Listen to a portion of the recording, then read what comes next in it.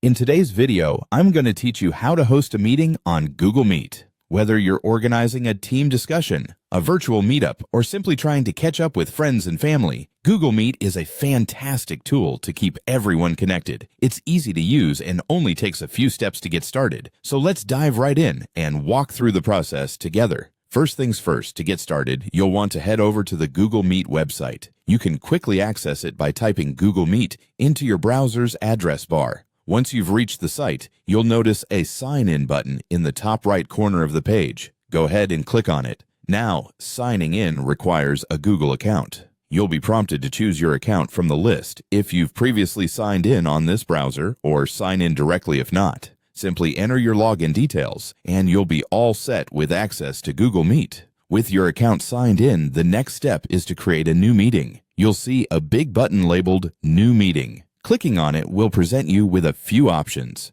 For today's example, we are going to Start an Instant Meeting. This option allows you to begin right away without any prior scheduling. When you select Start an Instant Meeting, Google Meet will launch your webcam and set you up in a virtual room. You'll find some tools there to help make your meeting more effective. Take a moment to get comfortable with the interface, ensure your camera and microphone are working, and prepare to welcome your attendees. Before your participants can join, you'll need to provide them with the meeting link. You'll find this link conveniently located in the bottom left corner of the screen. Simply click the link to copy it to your clipboard. You can then paste it into an email or a message to share with your meeting attendees. This link is all they will need to join you in the virtual space. And there you have it. You're now ready to host your Google Meet meeting. Remember, if you encounter any issues along the way, the Google Help Center is an excellent resource for troubleshooting or answering any questions you may have. Thanks for joining me today as we learned how to host a meeting on Google Meet.